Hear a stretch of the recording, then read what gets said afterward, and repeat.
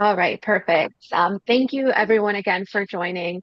Again, for any business owner, even if you're planning on having a business, no matter what phase of your you're in, this is very important to discuss and think about. And what better than to ask the experts, right? So my name is Laura Geftos. I am the Program and Events Director with the Michigan Hispanic Chamber. With us on my team, I have Mark Moreno, our Executive Director. I have Patricia Nava, our Communications and Business Development Director, and Irandi Arredondo, who is over our Adelante Michigan program with MHCC. So thank you for joining.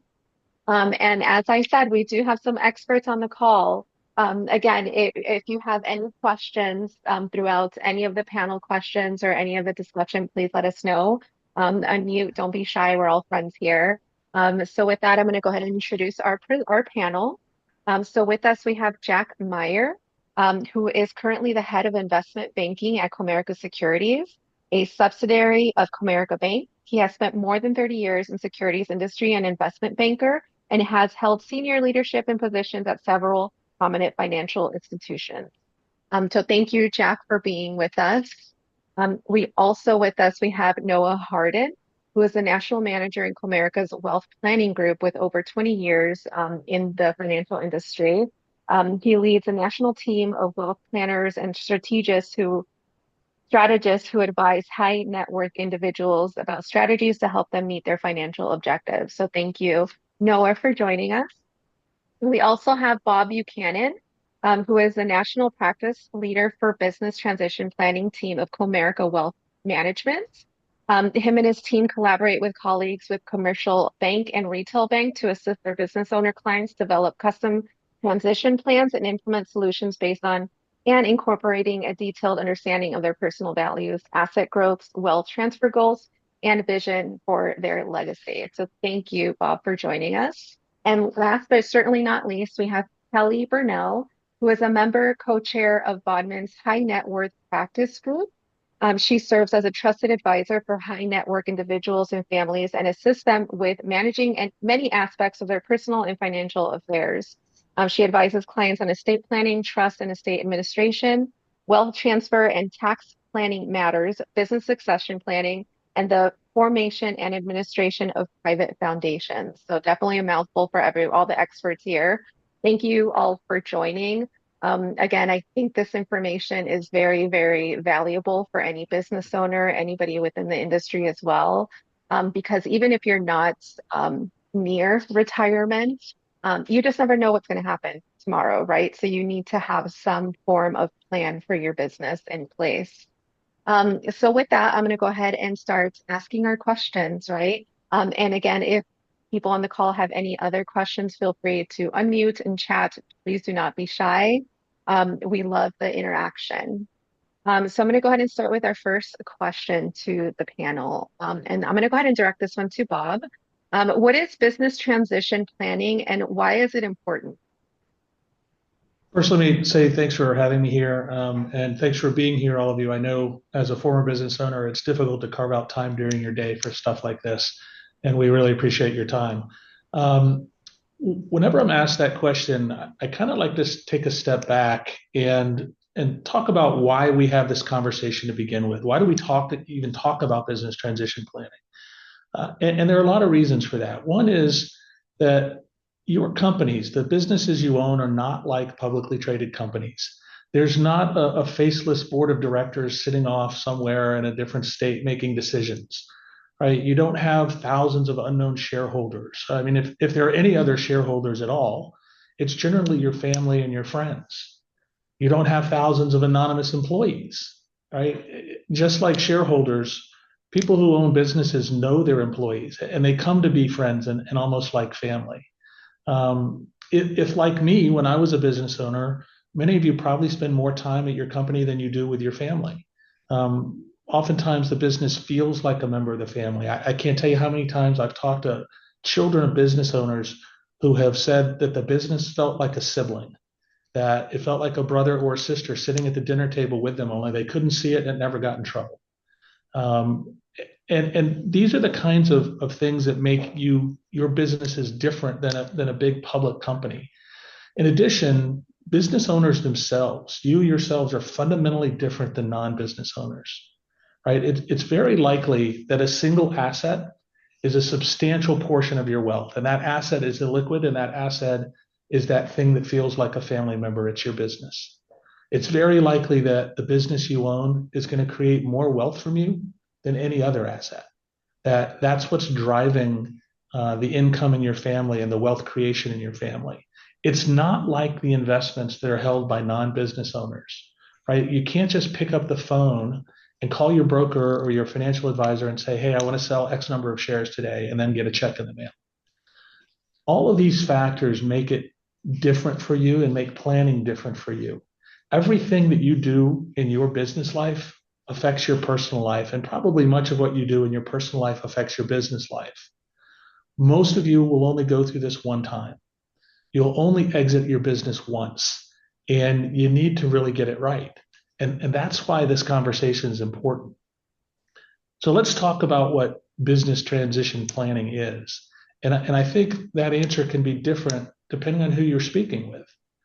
The way we think about business transition planning is that it's a process that's designed to create a higher likelihood of success in transition, however you define success and however you define transition. So whether you believe it or not, all of you are going to transition at some point. Every one of you will have a transition. And a lot of people say, oh, no, I'm going to keep my company forever. Well, that's only if you plan on living forever. There will be a transition at some point. And when I ask most people what their transition plan is, or when I ask people, most people tell me, something like 80 or 90% of people tell me, I'm going to sell my business and retire in 5 years. And when I see them again 3 years later, they have the same answer. I'm going to sell my business in 5 years and retire. And that 5 years is a constantly rolling 5 years. We never really get to the end of that 5 years. So the real question is how will you transition? Will it be on your terms in a way that's been thoughtfully considered? Will it be in a way that coordinates what you're doing and what you need for the rest of your life?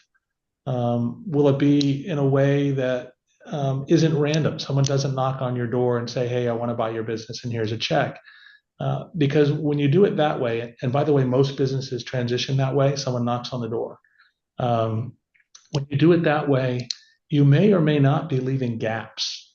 And those gaps can be significant. So for us, business transition planning means identifying your objectives, prioritizing those objectives, and testing those objectives, testing the results to make sure that there's a thorough analysis of what your personal needs and objectives are and how they will or maybe will not be met. I know Noah's going to talk more about that as we go, but business transition planning without personal planning may leave you in a very unexpected position. And that means that if you don't do the personal planning along with it, business transition planning can't be done in a vacuum, that you can have the greatest plan in the world, but if it doesn't meet your personal needs going forward, then that's one of those gaps. And that gap can be significant and painful. So business transition planning really has to include the effects on your personal life as you transition. I mean, think of it this way, and I use this analogy a lot. And it's a little harder to use the analogy when I'm not in the room with you because I usually ask people to raise their hands. But remember the old show, Let's Make a Deal with Monty Hall? And Monty Hall would have people on the show and he would hand them $1,000 in cash and he'd say, you can have this $1,000 or you can have what's behind door number one, door number two, or door number three, but you don't get to see what's behind those doors. And so you're making a decision with no information. You're hoping that if you give up the $1,000, what you pick behind the door is a Corvette and not a bale of hay. And you have no idea what it's really going to be. And sometimes you'll pick door number one and it's the bale of hay, and he'll give you the chance to keep the $1,000 or pick door number two or door number three. You get to do that again. With your business, you don't really get to do that. You get one shot. You take the $1,000 or you pick a door and you're stuck with what's ever behind that door. A good business transition planning process will tell you what's behind the door. And so you're standing there with $1,000 and you know what door has the Corvette. And you say, I want that door. And that is what a good plan will do. It creates sort of a Consumer Reports Guide to Transition. It shows you all the things that you want to accomplish, and then it shows you how different alternatives meet those goals with the objective of saying, okay, I can't get everything. What are the things I want the most? And what are they going to cost me either financially or non-financially, economically or emotionally? So when I say I want to take care of my employees, that might mean I have to give up a significant portion of dollars in a transaction because I want to do it with a company that's going to take care of my employees, or I want to sell to a buyer that's going to take care of my employees. And as long as you know that going in, that's okay. But if you say, I want to take care of my employees and don't understand that it's going to cost you something and don't get to have the conversation around, am I willing to pay that price to get this thing? Am I willing to pay the economic cost to get the emotional benefit? Then it's not a good plan. And I know I've gone on a long time, but I think it's really important to kind of set the stage of what it is business owners could do versus what they often do. I thank you for all of that. I think that was truly very impactful, especially the note that you said is, everyone's going to transition, right? Whether you're selling your business, it's just the way of life, right? You're going to have a transition in your business. So it's whether it's you plan it and it's exactly what you planned, or are you going to let that be decided for you when there are no other options? Right. So thank you for that, Bob. This question I'm going to leave open to anyone in the panel. In the event that you are looking to sell your business, and that is the next transition, what is the process of selling a business? So why don't I take that one? And I apologize to the audience that my video is not working. So the pro I'll address your question, but before I get to the specific answers, one of the things I think you'll hear throughout our presentation is the importance of being properly prepared. One of the things you can do to be properly prepared is to make sure your financial books and records are in good shape and good order. Make sure you've organized your documents and contracts. Make sure that you've done whatever you can to lock up your key customers and key accounts. Sometimes, if you have the ability to do so, companies have a 1 to 3 year window on before they sell the company, and they take that time to get the company's books and records up to date. Other times, a company will get a call from a prospective acquirer and need to jump into action immediately. We're happy to work with either of those situations. We have a lot of companies that fit the latter description, and a lot of companies in our client base who probably will not transact for a couple, 3 years, who we're working with in advance to help give them a sense of what they need to prepare to have an effective process. So after the preparation is done and materials are prepared, one of the things we'll prepare is an executive summary and a confidential information memorandum, relying on the books and records and information that the company is able to provide us. The Those documents will then be used to conduct what we refer to as the marketing phase, where we actually go into the market and we have conversations with buyers.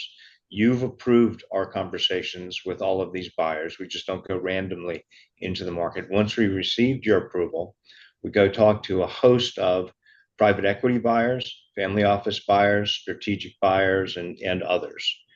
That process typically takes 4 to 6 weeks. And the way we go about it is that we make a phone call or send an email to the potentially interested party, confirm their interest, and if interested, supply them with an anonymous executive summary. So the company's not identified, but there's sufficient information in that summary for the prospective buyer or investor to determine whether or not they would like to sign a non-disclosure agreement.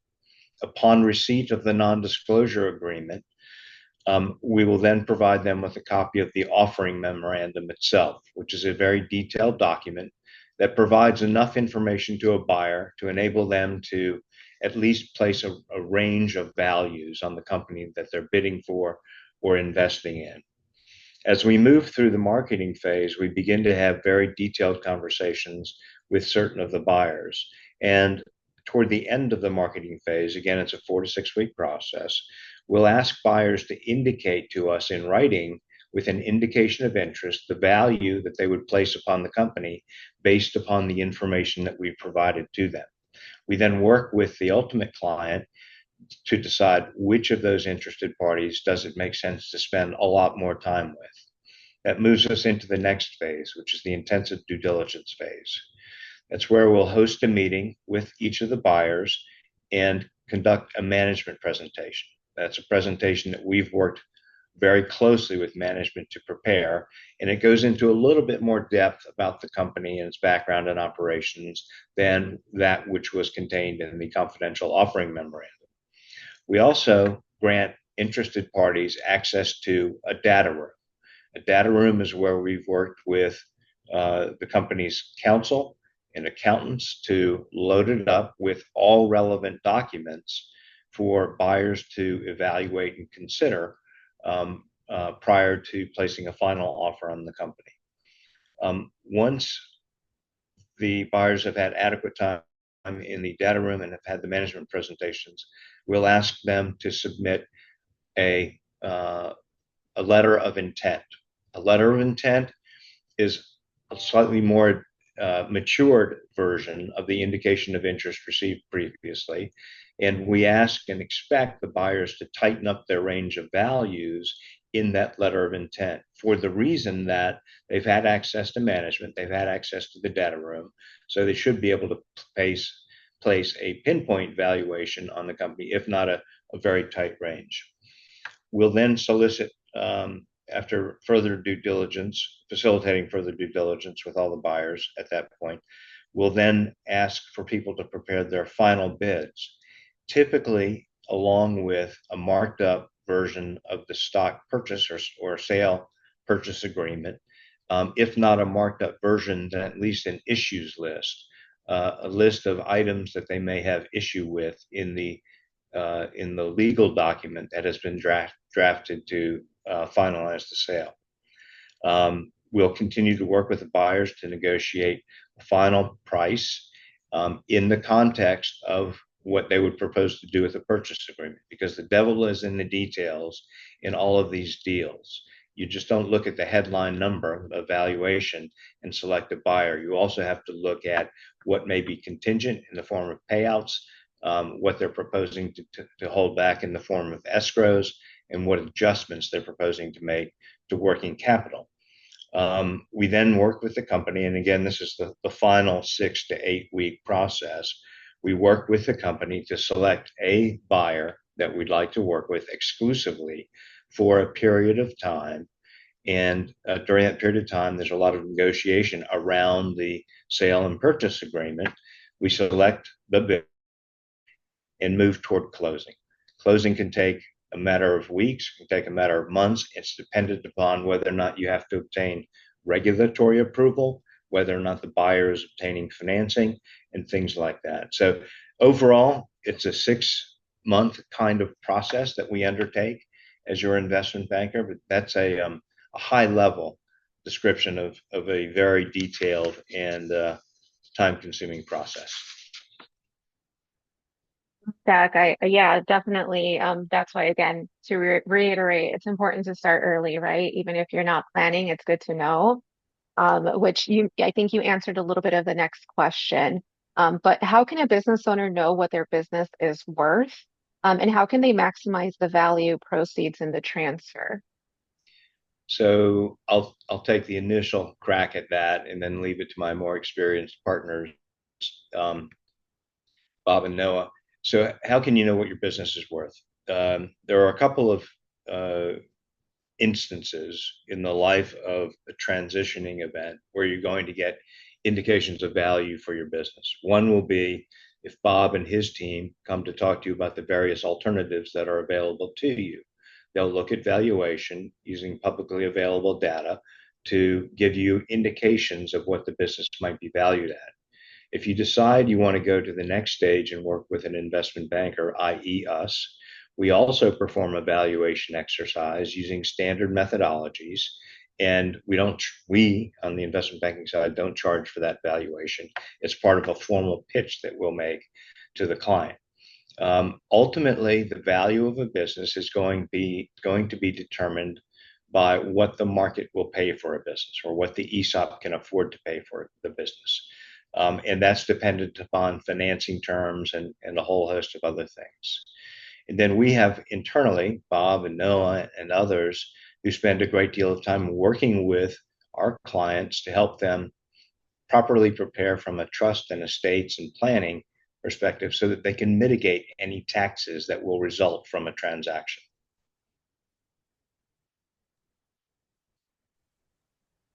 Okay, perfect. Bob and Noah, did you want to give any input on Jack?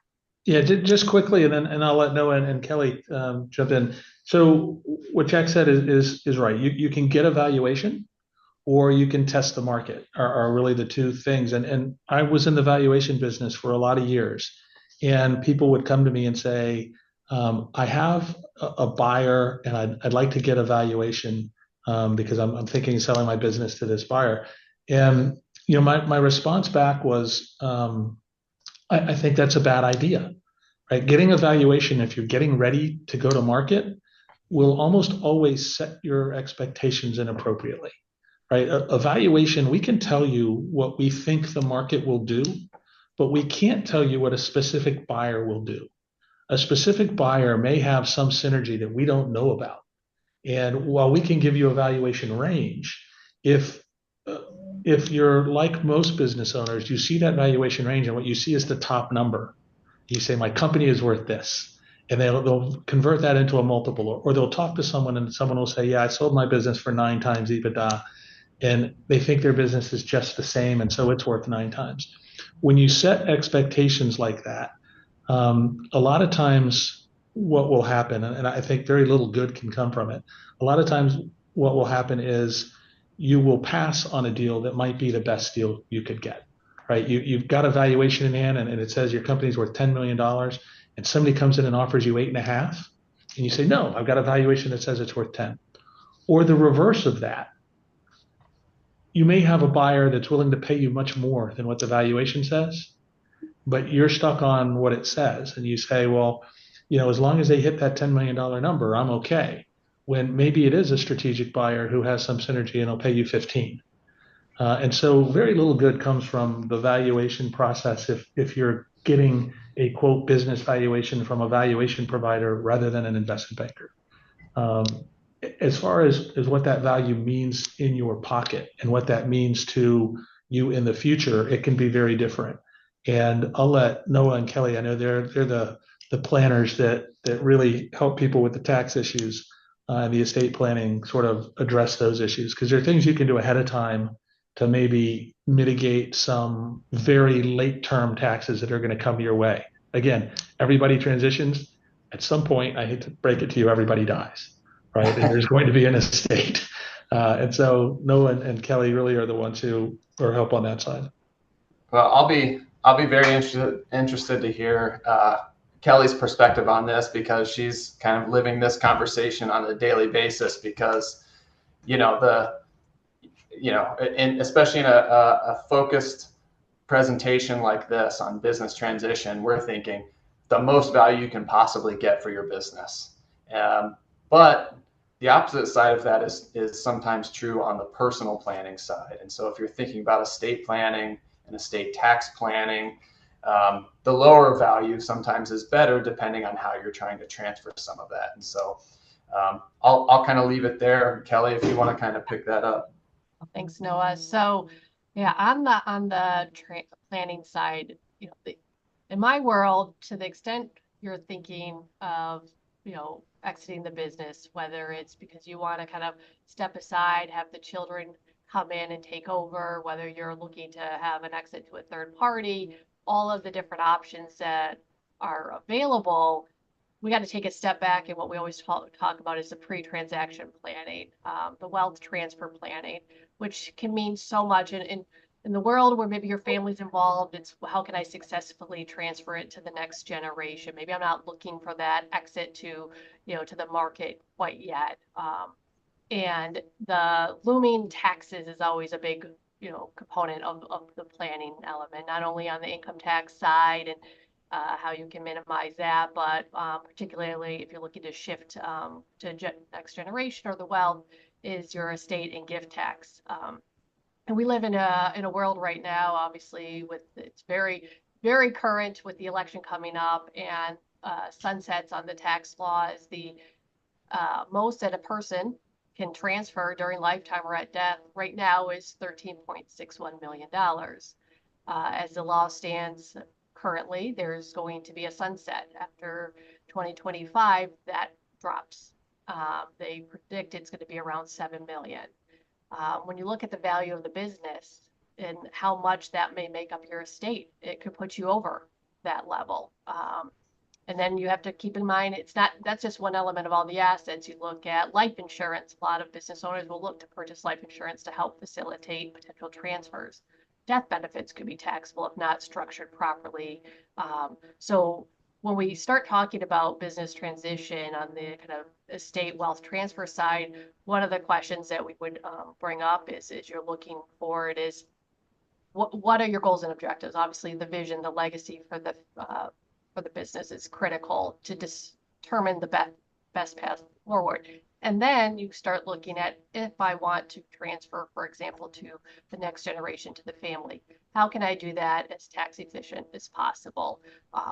And so we'll start looking at the structure of the business. So, for example, if it's all, owned by you, 100% owner, you vote, you control all of that. One of the first steps is we're going to look at changing your structure of ownership to voting and non-voting ownership interests or stock.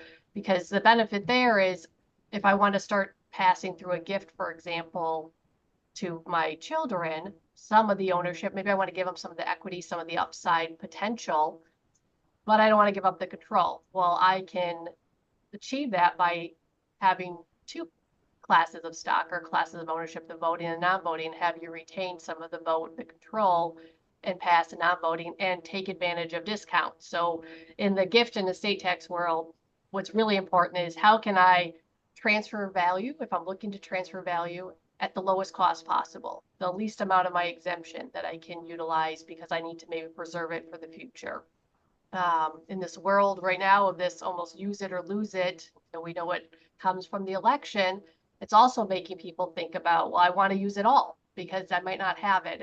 And how can I do that while I'm still, involved in the business? So we really sit down and go through each of the different types of strategies and techniques that are available. Because the key is from an estate perspective to pass the appreciation, so you can get that outside of the estate. Because what I hear from clients is most people don't want to write more checks to the government than they have to. So how can I preserve my legacy, my wealth within my family, and then do that successfully while also giving up the control in the ownership transition at the time that I'm ready for it. So we can balance what makes the most sense. And sometimes it's steps. I don't have a lot of people that necessarily say I'm ready to transfer it all right now. It's a process. It takes time and it's over years. But it's the more, as Bob said, the planning, get out in front of it because the more time we have, the more options we can explore. I have situations where I'll get that call with a client, got the unsolicited offer, and the number just, made their eyes just pop out, and like we have to move forward. And all of a sudden, it's too late to do a lot of pre-transaction planning because if you get too close to a sale, the IRS isn't going to allow you to take discounts on value. So now we have to change gears and look at almost post-transaction planning on the wealth transfer side, which is also manageable. We can do that, but to the extent you can get in front of it, it's much more advantageous for making sure your objectives and your wishes are seen through. Thank you, Callie, and thank you, Noah. I think that was very interesting. So we've talked about, selling your business. What's your business worth? And Kelly, you brought up another interesting and probably more complicated phase of it or option is when it comes to family, right? Because as much as you think your children are going to take over, they're going to become adults with their own lives, and that complicates it sometimes. So I want to talk a little bit of what are their alternatives available to a business owner as they think about transition, and how should they choose which one is best for them? You want me to go? No, do you want me to go first, or you want to? Well, I was actually think maybe that might be a good one for Bob to field, and then we Yeah. can All right. jump in if need be. Okay. So part of that is, I'm going to go back to personal planning. Part of that is, what is it you're trying to achieve, and what do you need to achieve? Um, in a transition, nobody gets everything that they want. And when dealing with family, that is even more true oftentimes, because it sounds like family ought to be an easier transition. You're keeping it within a small group, but you're keeping it within a small group that has relationships that are very complicated. And transferring your business to a family member or to multiple family members can really be challenging, particularly if the transferring owners need value from the business. So you have to ask a lot of questions, especially if it's going to children. So let's just use that as the example. You're transferring to your children. First is can they run it, right? Second is will they run it, right? Do they want to do that? And you have to have people who are both capable and willing to take over a business, unless you don't care about the business going forward, right? If you don't care about the legacy or the success of the business, but you do, or you wouldn't be keeping it in the family. And so getting through those two questions is paramount. But then the personal planning piece, which is more of a cash flow kind of a planning piece, is very important. Do you have enough to live the rest of your life the way you want to live it? And if you don't, how much do you need? And can it come from the business? And are your children not just willing to take it over and run it? And are they capable of running it? But are they willing to take risk? Because you, as business owners, all took risk. You took risk in owning this business. You take risk every day by having assets tied up in a single non liquid asset. And a lot of times, not everyone, as you know, I started off this whole conversation by saying you're different than other people. You're different than non-business owners. Not everybody wants to take that risk. And so we talk to families frequently. And when we're talking about transferring in an intra-family transition, we find that frequently the children expect to be given the business, or if they have to buy it, they expect to buy it at a big discount. They don't particularly want to take the risk of mortgaging their house to buy the business from mom and dad. Um, and they don't understand the risk that their parents are taking by transferring it to them, holding a note back, right? And being dependent on the children running the business to get paid. Those are all kinds of issues with selling to family. And I tell people oftentimes what you're doing is you're financing your relationship, right? You're financing family harmony. The parents are going to take a lot of risk in transferring to their kids in order to maintain that harmony. And going back again to the first things I said, it's business transition planning is really all about understanding the economic and emotional balance that you're trying to meet and what you're paying. What are you paying emotionally to get something economically, and what are you paying economically to get something emotionally? Because there's lots of alternatives to transitioning a business. You don't have to do it to your family. There are employee alternatives. There are outside buyer alternatives. There are trust alternatives. You can do it in lots and lots of different ways. And one of the most difficult I found is doing it to family, um, because the relationships can get twisted, and what you don't want to do is mess up Thanksgiving dinner, right? Well, what you're highlighting, Bob, is really, I think, really shows the importance of why personal planning and business transition planning happen together. And you really can't ignore one or the other. You can't do them alone. And I mean, the business is, oftentimes, if not always, the most valuable asset somebody has. And it drives your ability to meet a lot of those other goals that you have. And so I think when you sit down to do personal planning, especially in the situation where you would transfer the business to family members, that's where it starts. It's how to identify what are those things that are really important to me, not necessarily monetarily and not necessarily specific to the business, but in the family. What effect is this business transition going to have on the family? And I think once you start identifying those and really writing those down or verbalizing what those precise goals actually are and what's important to you, then it really helps to identify what other avenues of business transition, what types of business transition can really help you meet all of those goals. But it really starts at the beginning, identifying those, and then trying to understand what types, what effect, I should say, the different types of business transition would have on those goals. Yeah, and before Kelly, I know you're ready to say something, but before that, one of the other things that we kind of jumped over was we're assuming that if you're transferring to your children, you're transferring it to all of them. But suppose you have four and only one is willing and capable of running the business. Suppose you have four and one is capable and the others are not, but they still want to own it, right? There are all kinds of problems that arise in family transfers that don't arise in external transfers. And sometimes people will say, you know what, it's just too hard. I'm going to sell it to somebody else and give the kids money instead. And that's an option. But I just want to point out that we're kind of focusing on a single thing when it's really much more complicated than that. Kelly. Yeah, no, exactly. I was going to echo that, Bob, because it actually gets very complex in between families. There is no one size fits all by any means in this area. And I think, oftentimes you do see that to have a family where every child is involved and has ownership and makes decisions together is just a rarity. So in the planning process, we oftentimes will look at if there is that one child that you think is really the one to take over. And many clients will say that's who I want to inherit, but I want to treat my kids equally or fairly, equitable. I mean, there's different, not always do I see that if I have the business go to one, I'm having other assets go to these other children, because oftentimes the business being the largest asset, it's not feasible to do that. And when you start looking at this kind of planning on the personal side, I think what's really important is communication, transparency, having the family constitution, so to speak, of what you really want for the vision if you want to try to have a successful transition to the next generation.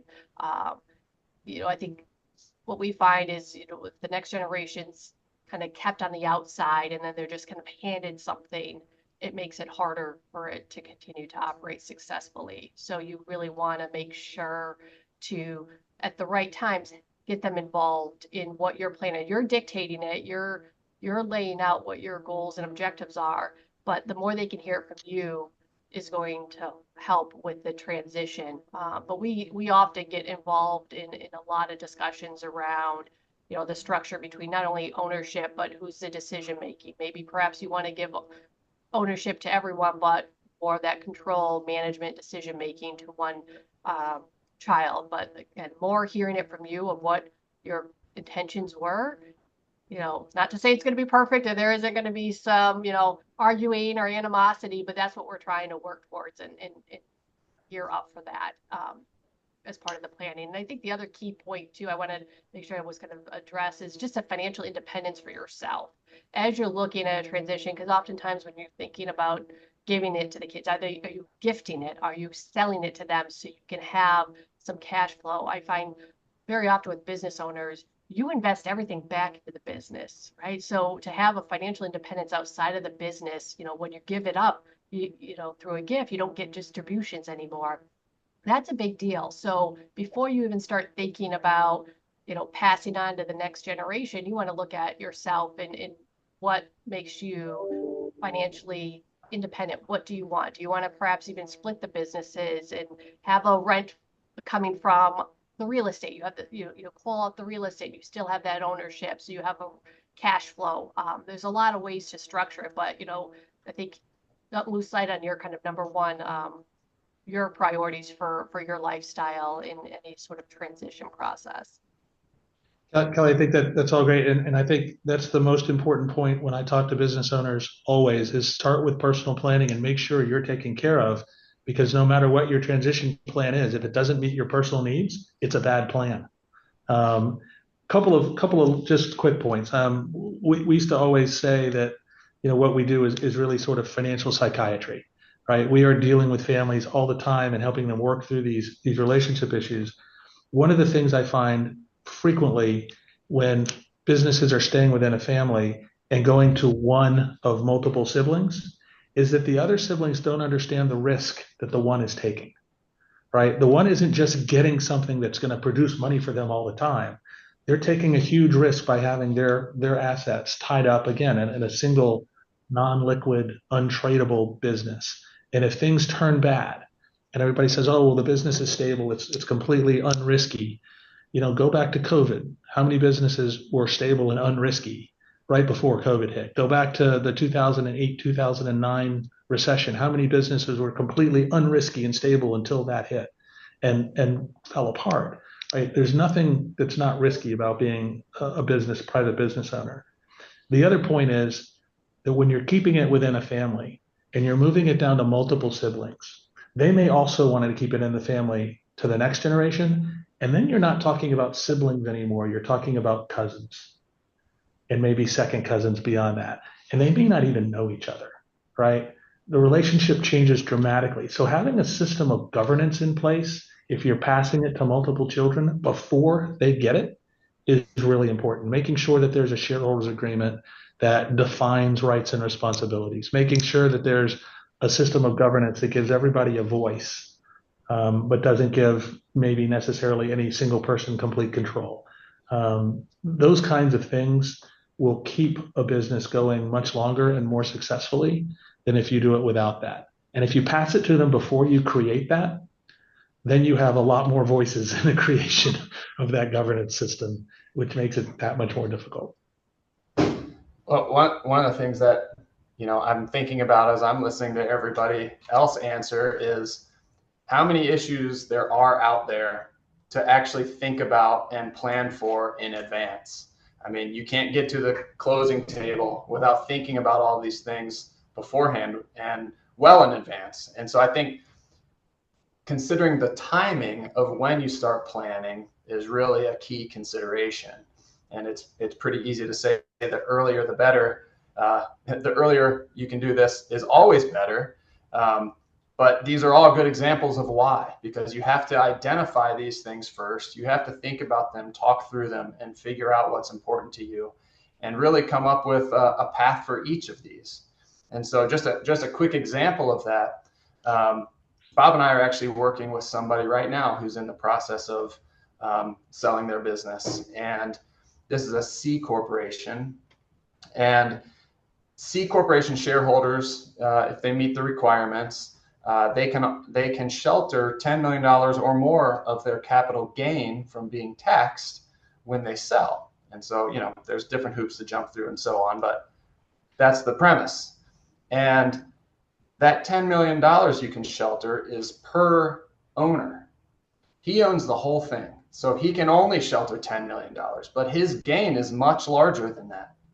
If he would have thought about this more than 5 years in advance of now, he may have been able to shift some of those shares to family members. And then when they sell, all of them could shelter 10 million and they would have had no gain and no tax to pay on all of that gain. So, there's a lot of practical things in terms of what are my goals and what's important, but there's also things that just take time because of law, because of taxes and everything else so really the earlier the better on the personal side, but I know also more focused on the business side. Thank you all. I think that that's very important and a lot to take in, right? There's a lot to take into consideration. For this next question, I think you touched on this quite a bit, but logistically, how can a business owner coordinate their personal planning with their business planning? Well, I can kick that off and then pass it along. Everybody can probably comment on this. And I think we've touched on this a lot. I really think it comes down to goals. The importance of the personal planning at the same time. I think we've talked about that quite a bit. But when you're thinking about your goals and what's important, you've got your business side goals, and you've got your personal side goals, and they really do affect each other. And so, what's most important to you? Is it continuing the business? Is it the employees of the business and they're going to continue on and be happy, productive employees? Is it being able to support your lifestyle? Are you planning to retire after the transition? Is it your family harmony? what's going on? Is one kid going to get all of the business versus the others? And are they all okay with that? There's all these different types of things to think about that we've all been touching on. But you don't, until you start thinking about that, you really don't know how one type of business transition is going to affect each of those goals and your ability to meet those goals. And so, at least for me, I think that's where it starts, is really examining the goals and trying to figure out what's important to you, and then really trying to understand the effect of each type of transition.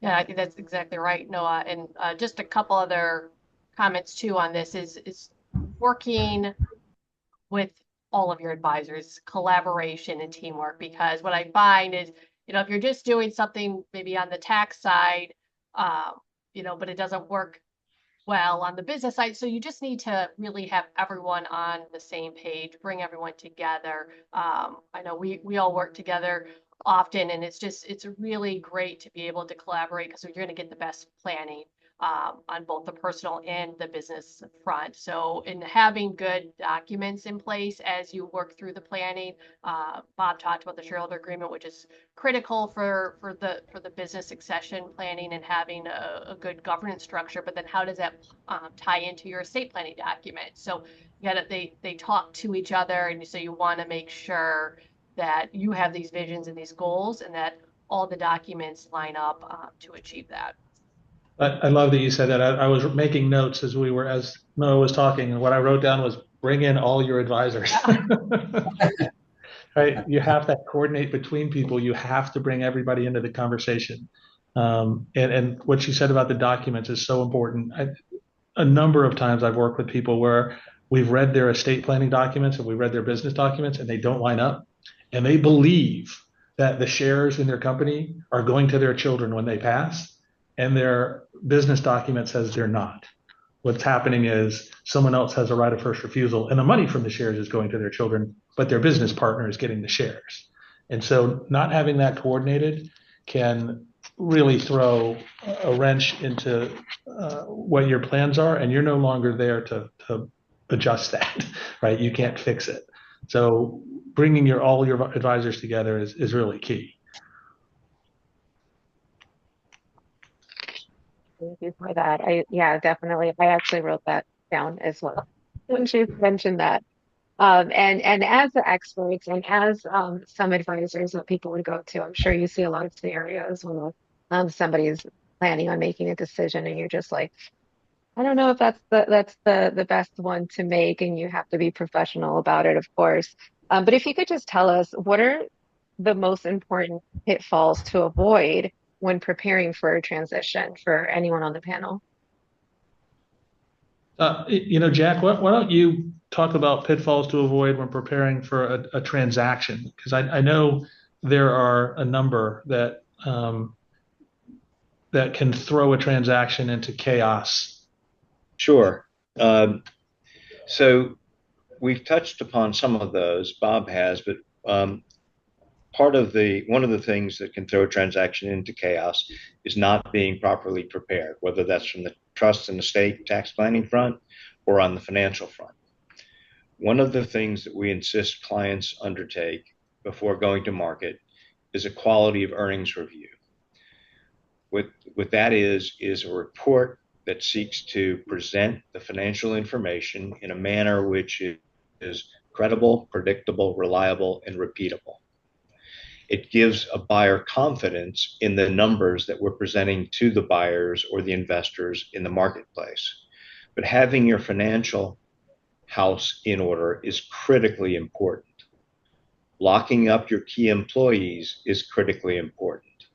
I have been involved in many transactions where at the 11th hour, an employee or employees comes forward and says, hey, wait a minute, Bob, I've been part of this company for 15 years. I have the most important customer relationships. You're going to get a lot of money out of this transaction. What's in it for me? And we've been held hostage by those types of conversations from time to time when the seller, the owner, hasn't thought through which key people need to be retained as part of the business going forward. There are a whole host of other pitfalls, some of which Kelly or Noah can touch upon, but those are some of the key pitfalls that come to mind for me. Yeah, I think one that I've seen often is not having a clean shareholder group. And so, as businesses grow, sometimes shares get distributed to employees who have left the company, or they borrow money from, crazy Uncle Larry, and instead of paying Larry back, Larry gets shares in the company. And then you go to market, and a transaction is near closing, but all the shares aren't accounted for, right? Uncle Larry doesn't want to sell his shares, and there's no agreement that forces him to sell his shares. And suddenly, an appropriate amount of value is having to be sent to Uncle Larry to get him to agree so that the buyer can move forward. Things like that. There are just so many things that if you don't have good external advice from early on, especially if you're the time you're thinking about transitioning, thinking about going to market, is the time to start addressing those things before they become a problem, before there's a buyer who says, wait a minute, you have 1 million outstanding shares and I only see 999,000 here. Those are the kinds of things that can really cause problems. And then on the personal side, there's lots of other areas that are pitfalls that can create issues. Kelly touched on one earlier, is sort of timing of planning, right? You can't make you can make big gifts using discounts right before you sign a letter of intent. But that's going to put some red flags up in front of the IRS and create an audit that isn't necessary. And I mean, it's just all kinds of things that people don't recognize. And I think the best way to avoid most of the pitfalls is to just start early, right? Have these conversations, even if you're not ready, have the conversations, begin thinking about the things that you should be thinking about. Doesn't mean you have to address everything right now, but you should at least start identifying issues. Definitely. And I think the only other point I was going to make too, and I mentioned it earlier, but talking through if there's family involved, having those conversations early on what that transition might look like, and that can change with time. But just to start thinking about it and deciding when you want to bring them into those conversations, and sharing it so there aren't surprises at the end of the day when they look at the plan and it wasn't what anyone was expecting. That can always be a challenge. So the more on transparency and communication, I can't stress that enough. That can solve a lot of issues if you are willing to share. And again, it's different magnitudes of not open book per se, but just having some dialogues with the family too can be useful. And then can't stress enough the importance of having clean documents. We do a lot of pre-transaction due diligence on the legal front, just because we even see just corporate records, as Bob mentioned, about the shares and who owns it. Not even be able to track down stock certificates or historical ownership documents, especially if there's been transfers over time. So we often will get involved just kind of giving that guidance from a legal perspective on your documents and where you might need to dot your I's, cross your T's to make for a smoother transition. Okay, perfect. Thank you all. That was definitely very valuable information. Now, I want to touch on a little bit more on, if a business owner is looking to sell, or if the opportunity comes up, assuming a business owner wants to sell the company, how does the owner respond to an solicited inquiry from an interested purchaser? And I think this one I'm going to refer to Jack too. It's a great question, because it happens all of the time. So there are many private equity firms and other buyers of businesses who regularly send out emails or make phone calls to say, hey, we're interested in buying your business. Can we have a discussion? And then they all they're seeking in those instances, most of the time, is an option on the opportunity. They're really not interested because they haven't had a chance to do the due diligence that's necessary to quantify one's level of interest. Now, there are other instances where a company will receive an unsolicited proposal from their closest competitor or somebody else in the industry who really knows their business and knows how to value a business in that particular sector. That could be a conversation worth having. I would strongly encourage you, however, in that context, to work closely with an investment banker, because if a party thinks that they have an exclusive on an opportunity, i.e., they're dealing directly with the company and there are no other interested parties, 9 times out of 10, the buyer uses that to their advantage in conversation and uses that exclusivity to drive down the value of the business that they're proposing to acquire. So if you've already hired an advisor, an investment banking advisor, and an unsolicited offer comes in, you should direct that to your investment banker.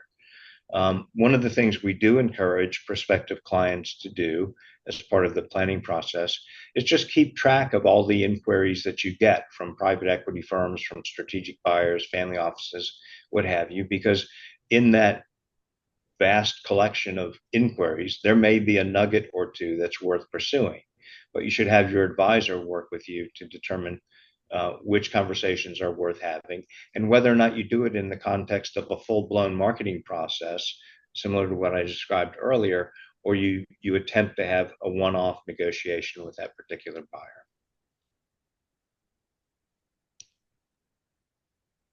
Thanks, Jack. And Again, I would say, I'm sorry to interrupt. I you're would say fine. also the very first thing, if you get an unsolicited offer, don't respond immediately, right? People. I just talked to somebody the other day who sent someone their financials without even a non-disclosure agreement in place, and they got this call from somebody who said, they're an interested buyer. We'd really like to look at your company, and the person is kind of ready to do something. And they said, the first step is we'd like to look at last year's financial statements, and they sent them.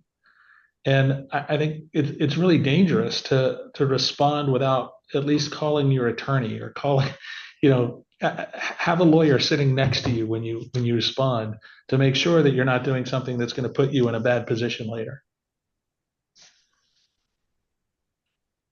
That's excellent. Do your research and don't send out information about your business without speaking to your experts. That's definitely very important. Going on to the next question for anyone on the panel is, what company characteristics do buyers consider attractive when looking for acquisition candidates? So let me take the first stab at that.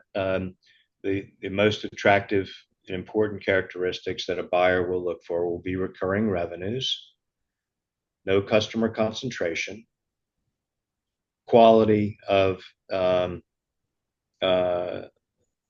customer concentration, a quality management team, an industry that may have barriers to entry. They could be regulatory or otherwise, but barriers to entry. Those are some of the considerations a buyer will find attractive. What they don't like to see is no recurring earnings, customer concentration, a lousy management team, and a poor industry prospects in a particular sector. They want to invest for growth. They want to invest for profitability. The characteristics I mentioned earlier on will ensure, to some extent, that they'll achieve those objectives.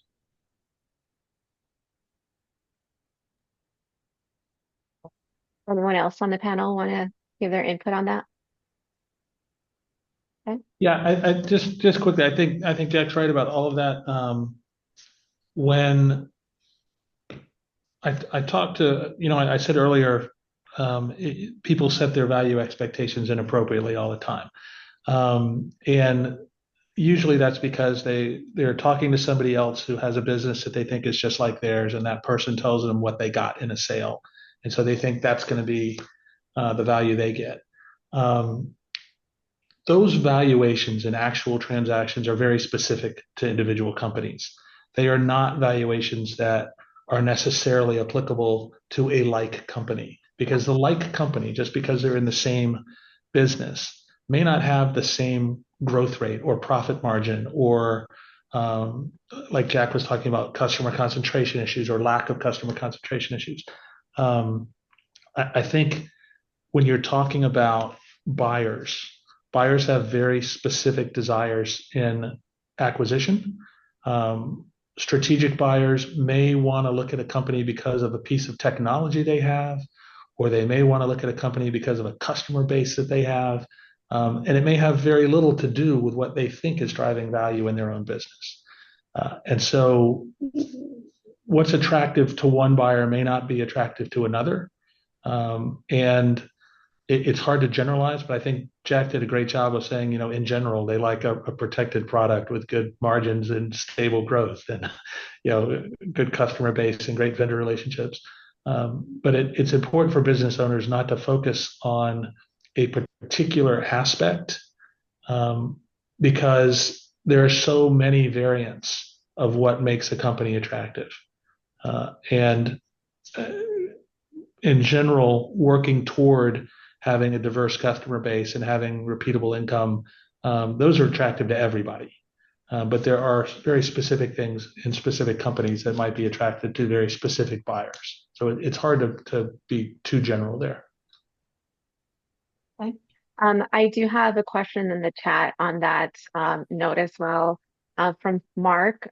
No customer concentration, customer diversification seems rather objective. Can you give a percentage range that would be more attractive than others? I often see high percentages in the auto industry.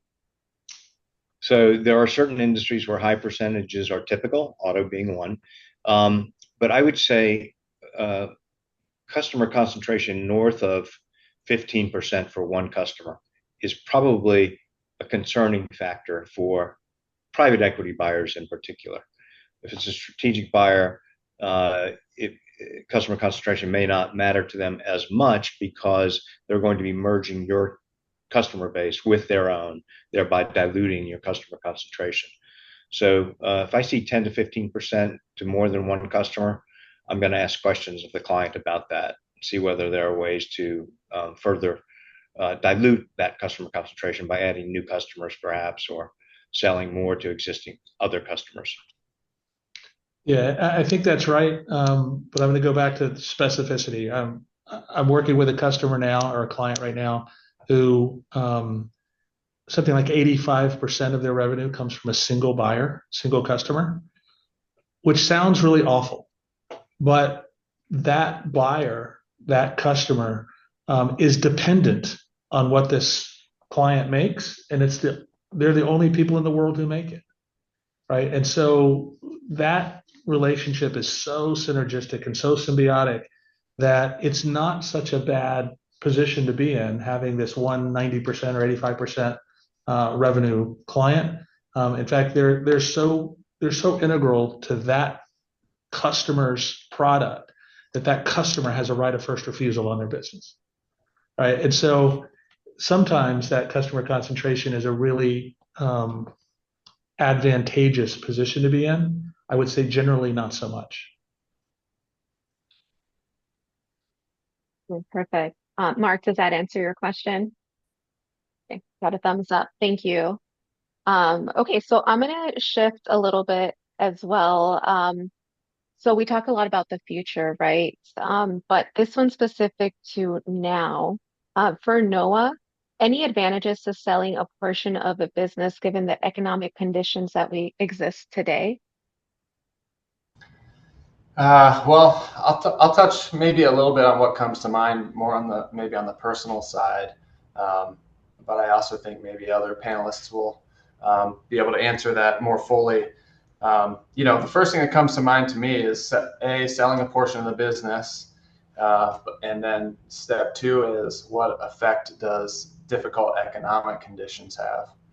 And if you're selling a portion of the business, particularly thinking about family members, and if you're transferring to family, you have all the secondary questions that come into play.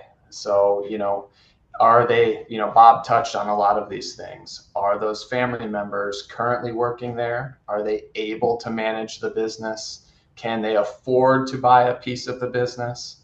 Affordability is one of the reasons I see a lot of family members transferring partial shares to kids or other family members, really to make it more affordable for everybody involved. You're not giving up too much.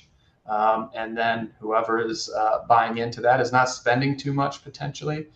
But there's pros and cons to all of these things. And so, examining whether or not they can do that financially and whether that person has the skills to do that are very important. My thoughts about different economic conditions, it really goes back to value. When do you want to choose to transfer your business to someone else?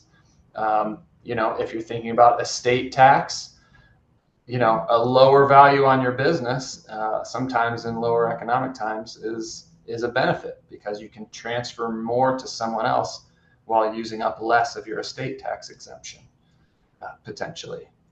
So, I think I kind of think about it in two ways: the ability of the person you're transferring that partial interest to step in, and what are the the financial impact of selling a portion or transferring a portion, and then also, what effect does the economy have on the valuation?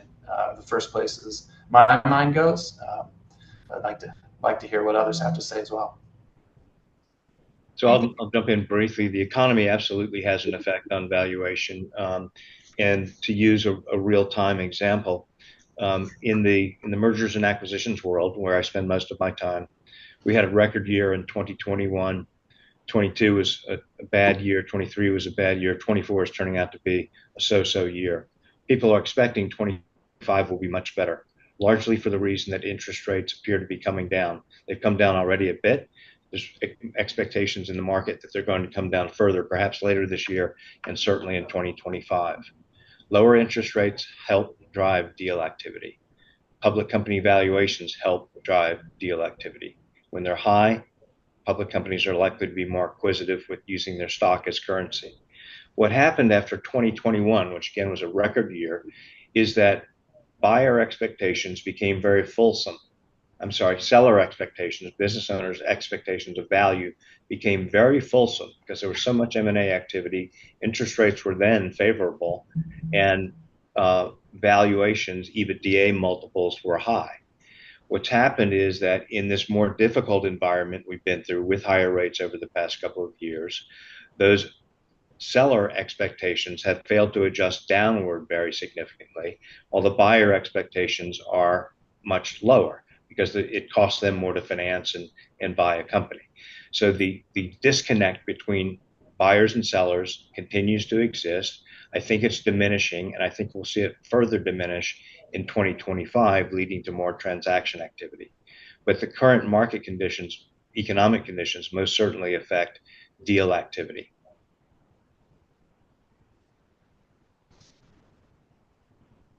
Okay, thank you.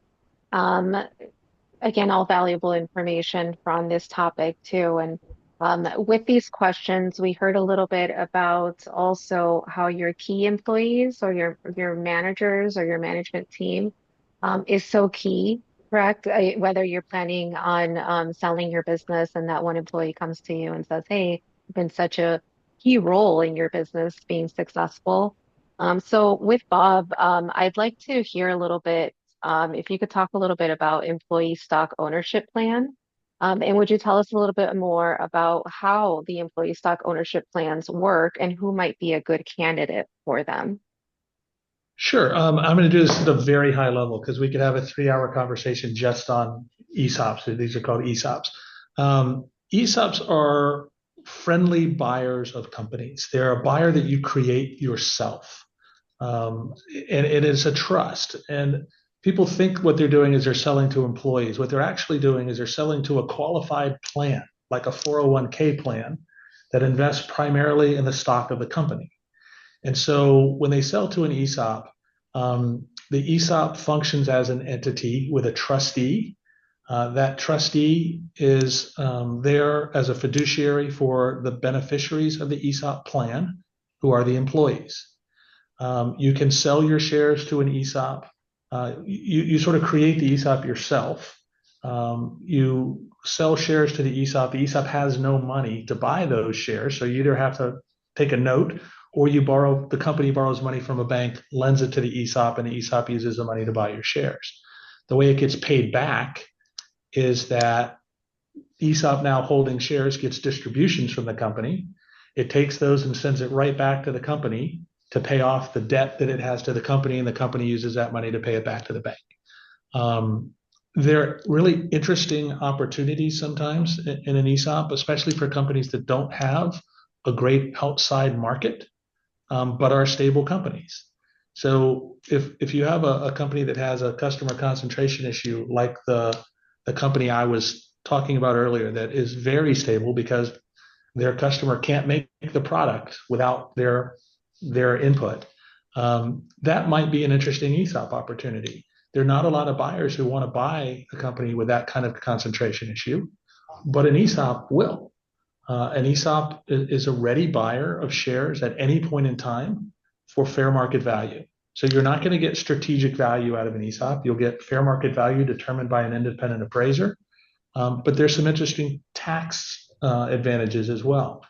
So if you're selling C corporation shares to an ESOP, you have the potential to defer the capital gains tax on the sale.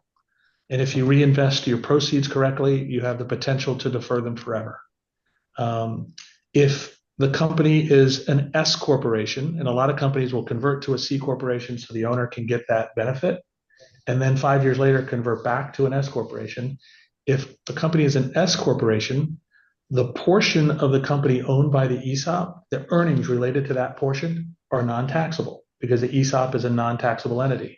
So if you have a company that's 100% owned by an ESOP, let's say you're a business owner and you've sold to an employee stock ownership plan, and you've taken back a note and you're waiting to get paid off over time as the company earns money, the ESOP itself is the entity that receives the K1. An S corporation is a pass-through entity. The K1 goes to the shareholder. The ESOP, being a tax-free entity, ignores the K1. And so the company is essentially tax-free forever going forward.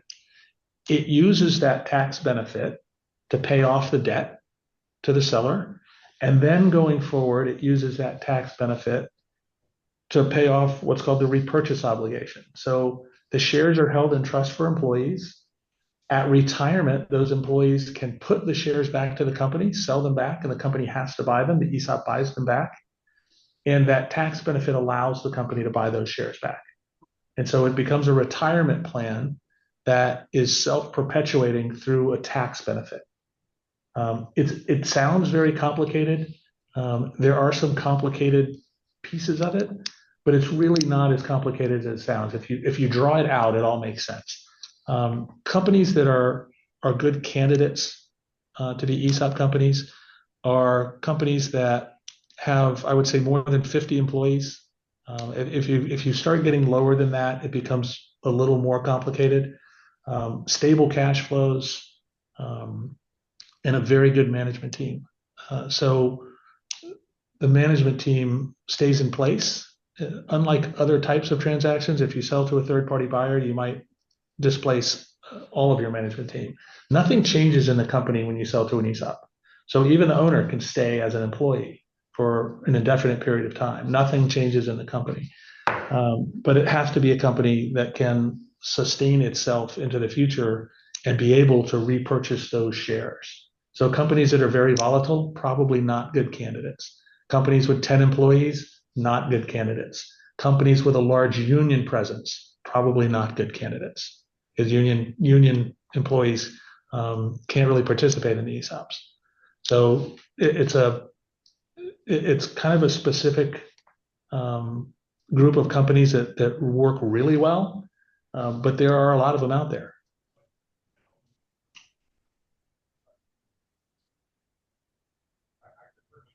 Thank you for that. Again, that's another important, facet when you have a good team. buyers will find that valuable again. So thank you for that. The next question I have, which I think, given the time, I'm going to make this the last question and open it up for any questions that we may have. This is questions for Bodman, so I think this probably goes for Kelly. Saying this is an example. If your corporate partner told you his client sold their business for 20 million, what would you recommend? So first, congratulations would be in order that they went through transition. Now, of course, we've talked a lot about the planning pre-transaction. So now at this point, which is, common, that we'll get involved a little bit kind of after the transition and has occurred, is to really start looking now at the new balance sheet, right? So much of the balance sheet was probably concentrated in the business. Now we have liquid assets. We always have to take into account any tax reserves, depending on if they just sold and they need to pay tax. And what does that look like when you take it with all of their other assets? And then talk about their lifestyle plans. What does the next phase look like for them? Is there more planning to be done if there's other assets in their overall balance sheet? But at the end of the day, you need an estate plan, and that's going to be really important. Whether it's before you sell, after you sell, or anywhere in between that process, is having a solid estate planning package in place. So your will and trust, powers of attorney, because whatever the makeup, I would say in some cases if the business is not part of it, it could be an easier discussion to be had of now what do we do with this wealth that we have received, and then the titling of assets is also going to be an important piece. So besides setting up, a great plan, having a trust in place, how are your assets titled? How are they going to flow when you pass away? And then is there, what would you like to do with it? What, making sure you have, a sufficient, nest egg for yourselves. And if there's something more you wanted to, maybe you have, grandchildren, you want to start, providing for their education, you will talk about tax efficient ways to do that. But the same conversations of, the planning, it just is now just a different makeup of assets that we want to make sure that we're addressing, and again, collaborating with the entire advisor team. Yeah, I think that's a really great point, Kelly. And I think looking at the balance sheet and looking at the assets, as well as looking at where is the income coming from now, is really key. And, business owners get used to distributions and potentially setting their own income and feeling like they have a large amount of control over the income that's coming to them. And then when that is gone, and it's now a nest egg that has to be invested a certain way to generate that income, I think that can be a big emotional hurdle for a lot of people to get used to. And so, going back to another thing Kelly said earlier is, keeping all of your advisors together in this process is key. And that includes a good financial advisor, so they can also help talk through what those investments need to look like to at least mimic what you were doing before and helping you accomplish, whatever your personal lifestyle goals are. And I think it's also, Noah and Kelly, important for business owners to understand that if they exit their business in a transaction, in a sale transaction, the proceeds are not going to produce the same level of benefit that their business produced in an investment portfolio, right? Because you're taking a lot less risk. I've talked about risk through this whole conversation. Risk is key. Business owners take a lot of risk, and that's why their return is so high. The higher the risk you take, the more return you should be getting. When you move into a less risky investment portfolio, your return will be lower. And so you need a bigger portfolio. And that's why saving over time is important as well. It's a common sort of misperception that they're going to be able to pull the same amount of money out of their investment account as they pull out of their business. You definitely want to layer on protecting and preserving that. Yeah, continue to grow it, but protect and preserve what you do have. Thank you, everyone. Again, this information is so valuable, right? I think that the keynotes to take away is plan, right? Plan early, set your goals, talk to your advisors. I don't think it's ever too early to do that when you have your business, because you just never know what tomorrow will bring.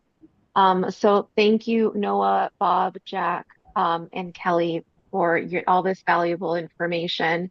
I think for those watching this recording that's on our website, we do have information if you want to contact any of these panelists for more questions. Just reach out to your Michigan Hispanic Chamber. I'll be more than happy to send that over to you. For those on the call right now, I'm going to go ahead and stop recording so you can ask any of the questions that you may have specific to them. So stay on the call if you want to ask any questions. Otherwise, thank you for joining, and I hope you found this information valuable. And thank you for my team for joining as well. So I'm going to go ahead and stop recording. Thank you.